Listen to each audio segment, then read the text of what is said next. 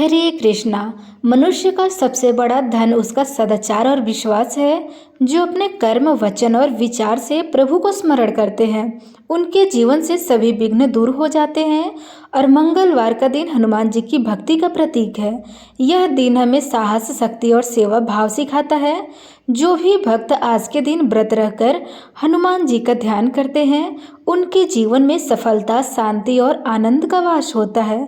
इसलिए आज के इस पावन व्रत की कथा सुनने से पहले हम सब मन, वचन और कर्म से प्रभु श्री राम के प्रिय भक्त हनुमान जी महाराज का स्मरण करें और जीवन में सदैव सत्य और धर्म के मार्ग पर चलने का संकल्प ले। तो प्रिय श्रोताओं, आइए इसी शुभ विचार के साथ आज की कथा का श्रवण करते हैं। बहुत समय पहले की बात है। एक नगर में एक वृद्ध माता रहती थी। उनका एक ही पुत्र था। उस वृद्ध माता की हनुमान जी पर बहुत गहरी आस्था थी।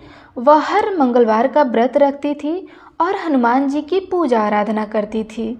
एक बार हनुमान जी ने अपनी भक्ति यानी उस वृद्ध महिला की श्रद्धा का परीक्षा लेने का विचार किया।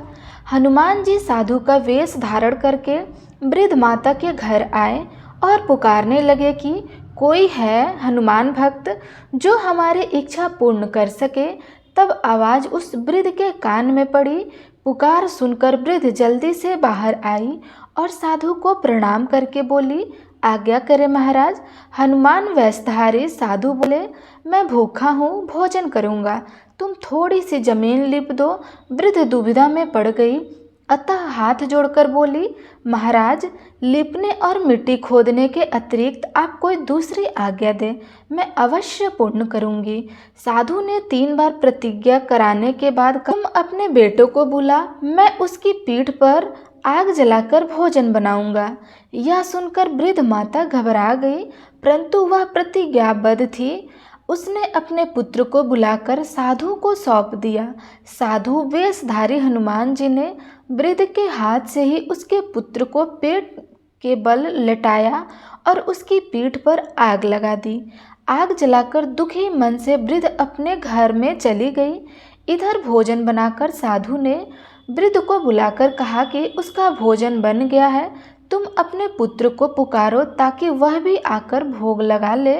इस पर वृद्ध माता बोली, उसका नाम लेकर मुझे और कष्ट ना दो। लेकिन जब साधु महाराज नहीं माने तो वृद्ध ने अपने पुत्र को आवाज़ लगाई। वह अपनी माँ के पास आ गया और अपने पुत्र को जीवित देखकर वृद्ध को बहुत आश्चर्य हुआ। वह साधु के चरणों में गिर पड़ी। तब हनुमान जी अपने वास्तविक रूप में प्रकट हुए और वृद्धा को भक्ति का आशीर्वाद दिया। तो प्रेम से बोलिए, शंकर भगवान की जय, बजरंग बली की जय। अब आइए सुनते हैं मंगलवार व्रत की पौराणिक कथा। एक बार नैमिषारण्य तीर्थ में 80,000 ऋषि मुनि एकत्र होकर पुराणों के ज्ञाता श्री सूत जी से पूछने लगे, हे महामुनि, आपने हमें अनेक पुराणों की कथा सुनाई है। अब कृपया करके हमें ऐसा व्रत और कथा बताएं जिसे करने से संतान की प्राप्ति हो तथा मनुष्य को रोग, शोक, अग्नि, सर्व दुख आदि का भय दूर हो सके, क्योंकि कलयुग में सभी जीवों की आयु बहुत कम है। फिर इस पर उन्होंने रोग, चिंता के कष्ट लगे रहेंगे तो फिर वही हरि श्री चरणों में अपना ध्यान कैसे लगा सकेगा। श्री सूत जी बोले, हे मुनि, आपने लोक कल्याण के लिए बहुत ही उत्तम बात पूछी है।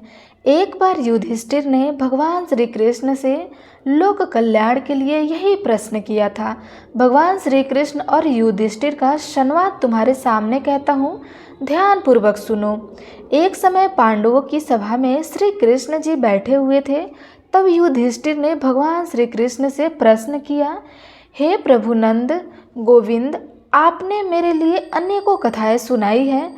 आज आप कृपा करके ऐसा व्रत का या कथा सुनाइए जिसके करने से मनुष्य को रोग, चिंता का भय समाप्त हो और उसको पुत्र की प्राप्ति हो।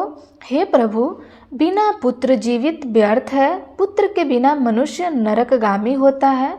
पुत्र के बिना मनुष्य पितृ ऋण से छुटकारा नहीं पा सकता है और न ही उसका पुण्य नाम नरक में उद्धार हो सकता है। अतः पुत्रदायक व्रत बताएं। श्री कृष्ण भगवान बोले, राजन, मैं एक प्राचीन इतिहास सुनाता हूँ, आप उसे ध्यानपूर्वक सुनो। कुंडलपुर नामक एक नगर था, उसमें नंदा नामक एक ब्राह्मण रहता था। भगवान की कृपा से उसके पास सब कुछ था, फिर भी वह दुखी रहता था। इसका कारण यह था कि ब्राह्मण की स्त्री सुनंदा को कोई संतान नहीं थी। सुनंदा पतिव्रता थी, भक्ति पूर्वक श्री हनुमान जी की आराधना करती थी।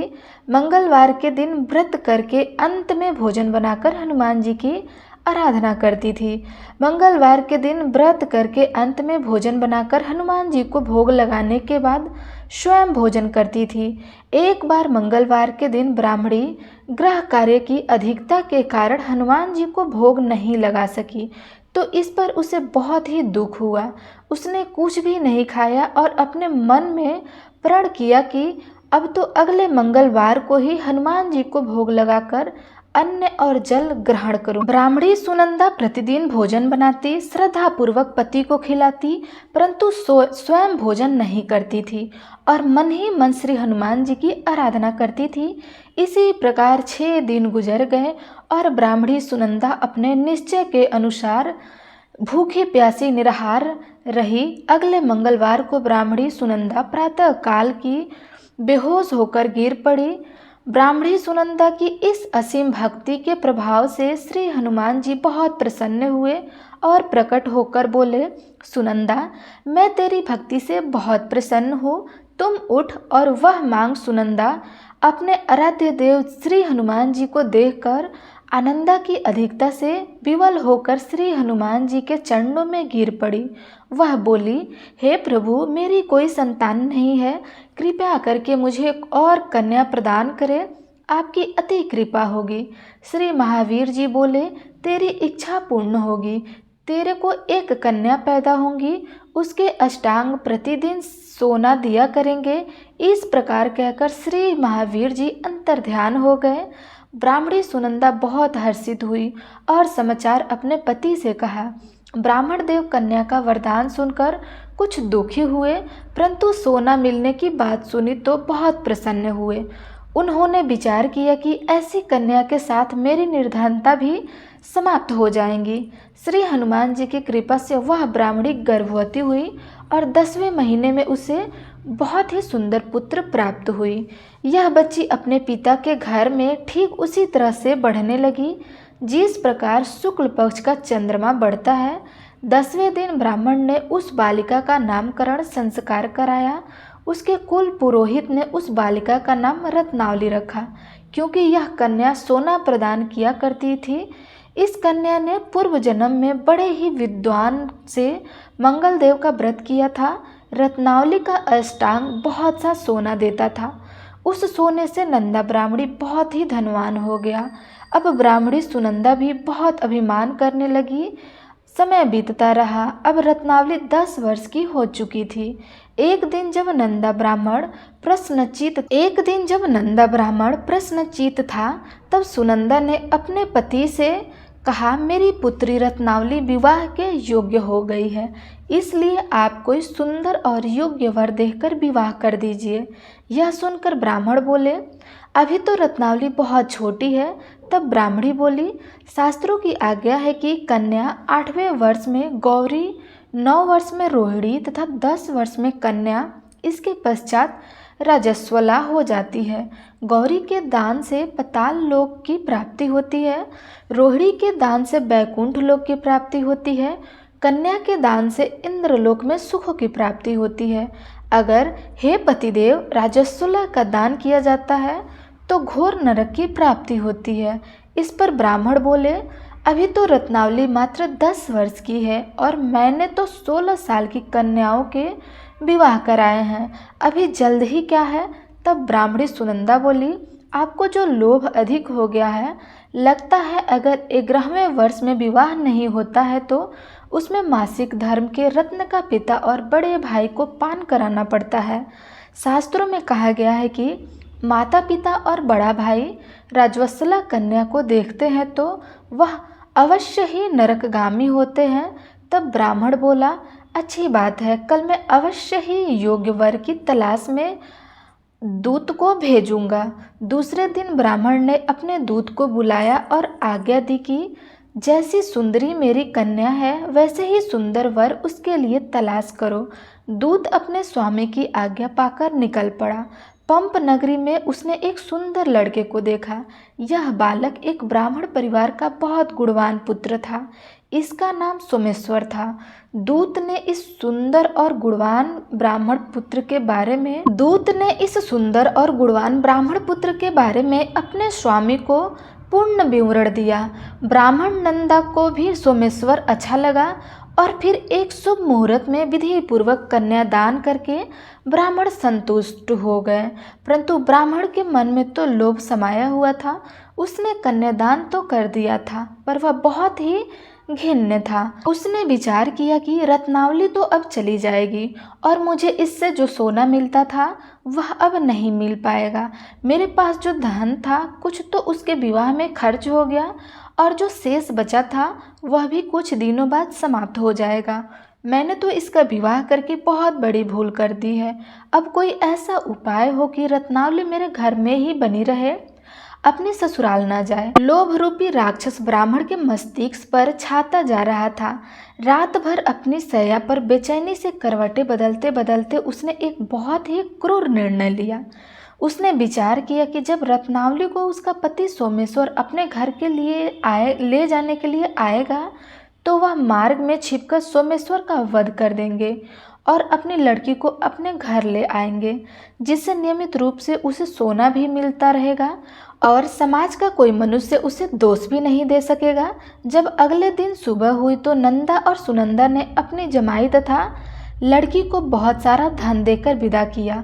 सोमेश्वर अपनी पत्नी रत्नावली को लेकर ससुराल से अपने घर की तरफ चल दिया।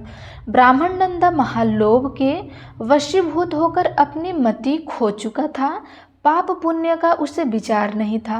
अपने भयानक और क्रूर निर्णय को कार्य रूप देने के लिए उसने अपने दूत को मार्ग में अपनी जमाई का वध करने के लिए भेज दिया था, ताकि रत्नावली से प्राप्त होने वाला सोना उसे हमेशा मिलता रहे और वह कभी निर्धन ना हो। ब्राह्मण के दूत ने अपने स्वामी की आज्ञा का पालन करते हुए उसके जमाई सोमेश्वर का मार्ग में ही वध कर दिया।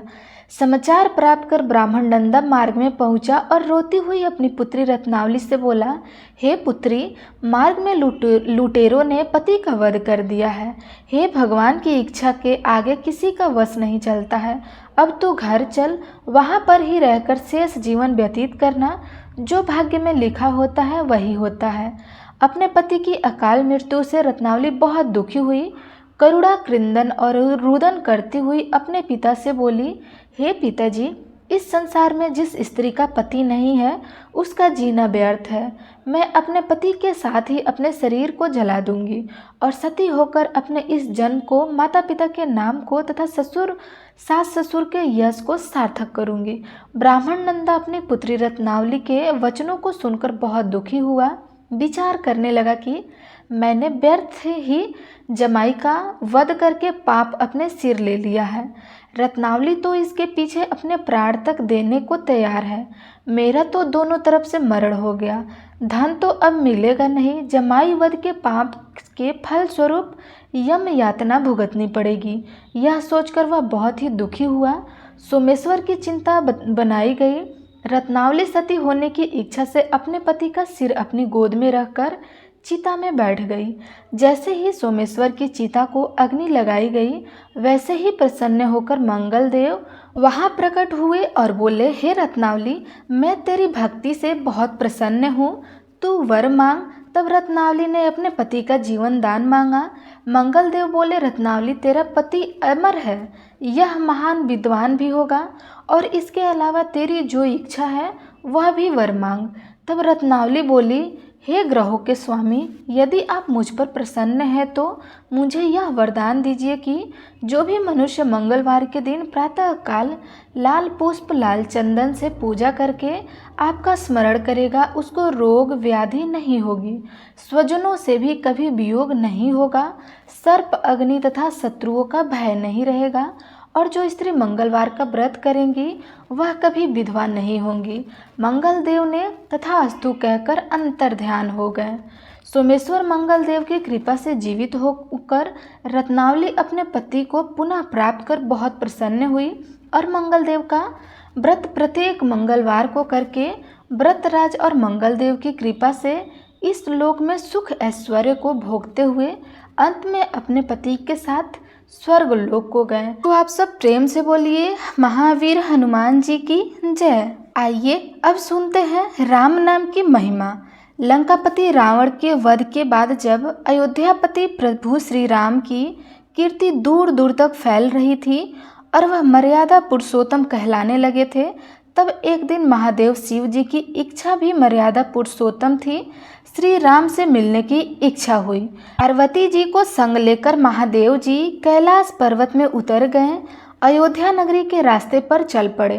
भगवान शिव और माँ पार्वती को अयोध्या आया देखकर राम जी बहुत खुश हुए। माता जानकी ने उनका उचित आदर सत्कार किया और स्वयं भोजन बनाने के लिए रसोई में चली गई। इस बीच भगवान शिव ने श्री राम जी से पूछा, आपके सेवक हनुमान जी दिखाई नहीं दे रहे हैं। तब श्री राम जी बोले, वे बगीचे में हैं। शिव जी ने श्री राम जी से बगीचे में जाने का अनुमति मांगी और पार्वती जी का हाथ थामकर बगीचे में आ गए। बगीचे की खूबसूरती देखकर उनका मन मोहित हो गया। आम के एक घने वृक्ष के नीचे हनुमान जी दिन दुनिया से बेखबर गहरी नींद में सोए हुए थे और एक लय में खराटे से राम नाम की ध्वनि उठ रही थी। चकित होकर शिव जी और माता पार्वती जी एक दूसरे की ओर देखने लगे। माता पार्वती जी मुस्कुरा उठी और वृक्ष की डालियों की ओर इशारा किया।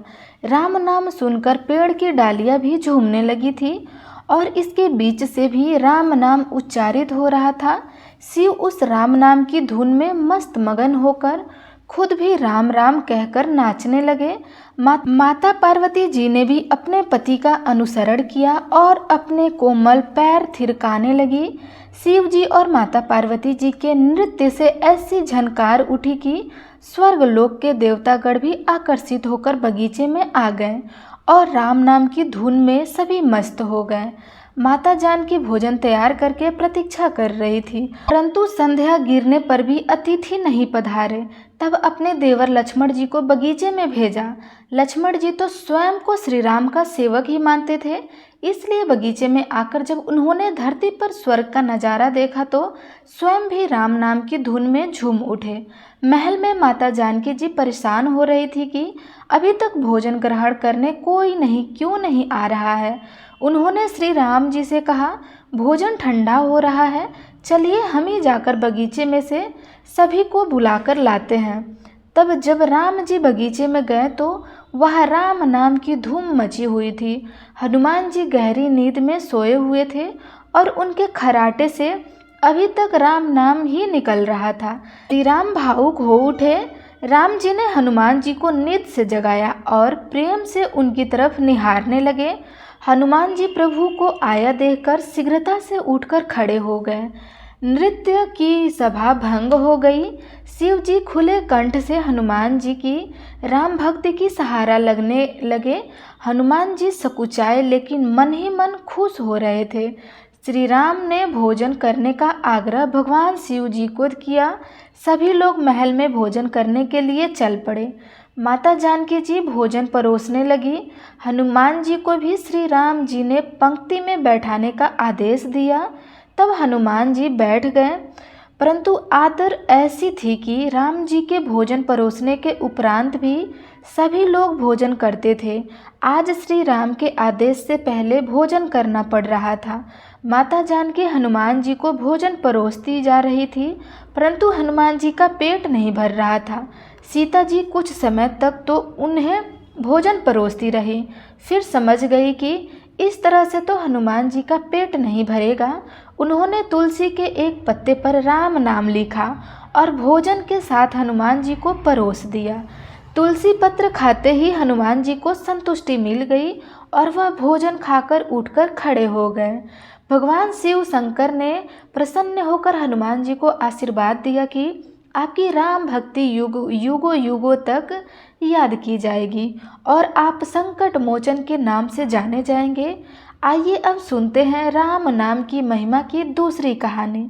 महादेव जी को एक बार बिना कारण से किसी को प्रणाम करते देख पार्वती जी ने पूछा, आप किसको प्रणाम कर रहे हैं?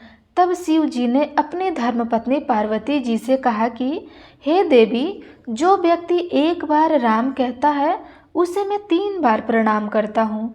पार्वती जी ने एक बार शिव जी से पूछा, आप शमशान में क्यों जाते हैं और यह चिता की भस्म शरीर पर क्यों लगाते हैं?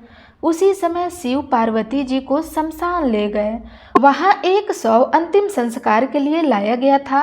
लोग राम नाम सत्य है कहते हुए शव को ला रहे थे। शिव जी ने कहा कि देखो पार्वती, इस शमशान की ओर जब लोग आते हैं तो राम नाम का स्मरण करते हुए आते हैं और इस शव के निर्मित से कई लोग के मुख से मेरा अति प्रिय दिव्य राम नाम निकलता है। इसी को सुनने में शमशान में आता हूँ और इतने लोगों के मुख से राम नाम का जप करवाने में निमित्त बनने वाले इस शव को मैं सम्मान करता हूँ, प्रणाम करता हूँ और अग्नि में जलने के बाद उसकी भस्म को अपने शरीर पर लगा लेता हूँ। राम नाम बुलवाने वाले के प्रति मुझे इतना प्रेम है। एक बार शिव जी कैलाश पर पहुँचे और पार्वती जी से भोजन मांगा। तब पार्वती जी विष्णु सहस्त्र नाम का पाठ कर रही थी। पार्वती जी ने कहा कि पाठ पूरी नहीं हुआ है, कृपा थोड़ी देर प्रतीक्षा कीजिए। तब शिव जी ने कहा कि इसमें तो समय और श्रम दोनों लगेंगे। संत लोग जिस तरह से सहस्त्र नाम को छोटे कर लेते हैं और नृत्य जपते रहते हैं, वैसा उपाय कर लो। तो पार्वती जी ने पूछा कि वो उपाय कैसे करते हैं, मैं सुनना चाहती हूँ। तो शिव जी ने बताया, केवल एक बार राम कहें, तुम्हें सहस्त्र नाम भगवान के 1000 नाम लेने का फल मिल जाएगा। एक राम नाम 1000 दिव्य नामों के समान है। तब पार्वती जी ने वैसा ही किया। तब भगवान जी बोले, राम नाम आपदाओं को हरने वाला, सभी संपदाओं को देने वाला दाता है, सारे संसार को विश्राम या शांति प्रदान करने वाला है, इसलिए मैं इसे बारंबार प्रणाम करता हूँ। भवसागर के सभी समस्याओं और दुखों के बीजों का भूज के रख देने वाला, समूल नष्ट कर देने वाला, सुख संपत्ति को अर्जित करने वाला, यमदूतों को खदेड़ने वाला केवल राम नाम का जाप है। इसलिए प्रयासपूर्वक स्वयं भी राम नाम जपते रहना चाहिए और दूसरों को भी प्रेरित करके राम नाम जपना चाहिए। इससे अपना और दूसरों का तुरंत कल्याण हो जाता है। यही सबसे दुर्लभ और अचूक उपाय है। इसलिए हमारे देश में प्रणाम राम राम कह किया करते हैं। आइए अब सुनते हैं विल्व वृक्ष की महिमा। एक बार नारद जी ने भोलेनाथ जी की स्तुति करके पूछा कि प्रभु, आपको प्रसन्न करने के लिए सबसे उत्तम और सुलभ साधन क्या है? त्रिलोकनाथ, आप तो निर्विकार और निष्काम है, आप सहज की प्रसन्नता हो जाते हैं। फिर भी मेरे जानने की इच्छा है कि आपको क्या प्रिय है। तब शिव जी बोले, नारद जी, वैसे तो मुझे भक्त के भाव सबसे प्रिय हैं, फिर भी आपने पूछा है तो मैं बतलाता हूँ। मुझे जल के साथ साथ बेलपत्र बहुत प्रिय है। जो अखंड बेलपत्र मुझे श्रद्धा से अर्पित करते हैं, मैं उन्हें अपने लोक में स्थान देता हूँ। नारद जी भगवान शंकर और माता पार्वती की वंदना करते हुए अपने लोक को चले गए। उसके जाने के पश्चात पार्वती जी ने शिव जी से पूछा कि हे प्रभु, मेरी यह जानने की बहुत तीव्र इच्छा हो रही है कि आपको बेलपत्र इतने प्रिय क्यों हैं। कृपया करके मेरी जिज्ञासा को शांत कीजिए। तब शिव जी बोले, हे पार्वती, बेलपत्र है जो मेरी जटा के समान है। उसका त्रिपत्र यानी 3 पत्ते ऋग्वेद, यजुर्वेद और सामवेद के शाखाएं हैं। समस्त शास्त्र का स्वरूप है। बेल वृक्ष और आप पृथ्वी का कल्प वृक्ष समझो, जो ब्रह्मा, विष्णु और शिव स्वरूप है। हे पार्वती, स्वयं महालक्ष्मी जी ने शैल्य पर्वत पर बेल वृक्ष रूप में जन्म लिया था। इस कारण भी बेल वृक्ष का मेरे लिए अति प्रिय है।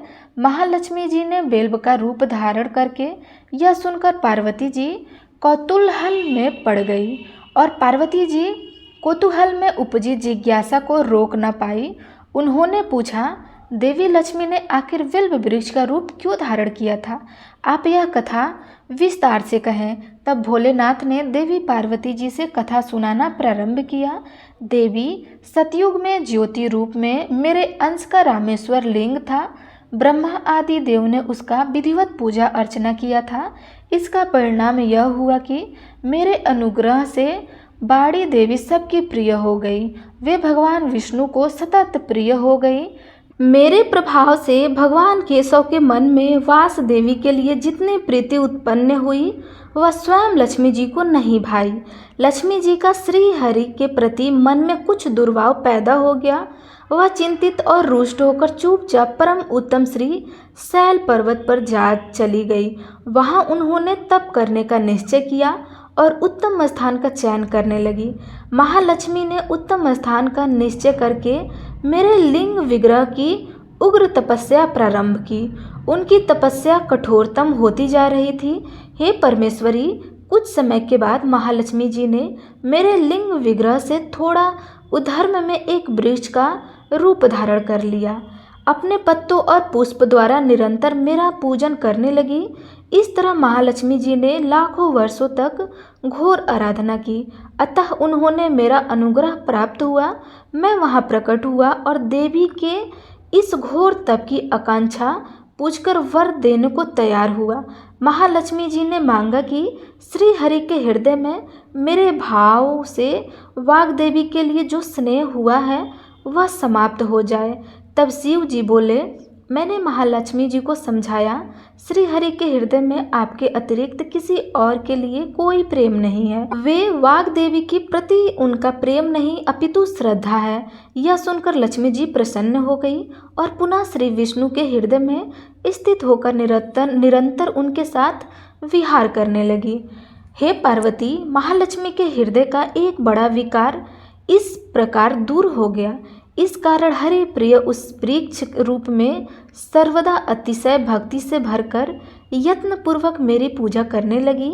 हे पार्वती, इसी कारण विश्व का वृक्ष, उसके पत्ते, फल, फूल आदि मुझे बहुत प्रिय है। मैं निर्जन स्थान में बेल वृक्ष का आश्रय लेता हूँ। बेल वृक्ष को सदा सर्वतीर्थ में एक सर्वदेवमन मानना चाहिए। बेलपत्र, बेल वृक्ष, बेल फूल अथवा बिल्व काष्ठ के चंदन से जो मेरा पूजन करता है वह भक्त मेरा अति प्रिय हो जाता है। बेल वृक्ष को शिव के समान ही समझो। वह मेरा शरीर है जो बेल पर चंदन है, मेरा नाम अंकित करके मुझे अर्पण करता है। मैं उसे सभी पापों से मुक्त करके अपने लोक में स्थान देता हूँ। हे देवी, उस व्यक्ति को स्वयं महालक्ष्मी जी भी नमस्कार करती हैं जो मेरा पूजन करते हैं। जो बेल मूल में प्राण छोड़ता है उसको रुद्रदेह प्राप्त होता है और ऐसे मनुष्य पर सदैव ही माता लक्ष्मी की कृपा बनी रहती है और साथ ही साथ भगवान नारायण की भी कृपा उन पर सदैव बनी रहती है। तो आप सब प्रेम से बोलिए, शंकर भगवान की जय, पार्वती मैया की जय। कोई भी इसका श्रवण करता है या जो इसे कहता है उसके सभी मनोरथ पूर्ण हो जाते हैं, इसमें कोई संदेह नहीं है। तो आप सब प्रेम से बोलिए, मंगला गौरी माता की जय। आपको यह मंगलवार की कथा कैसी लगी? अगर अच्छी लगी हो तो लाइक, कमेंट और चैनल सब्सक्राइब अवश्य करिएगा। धन्यवाद।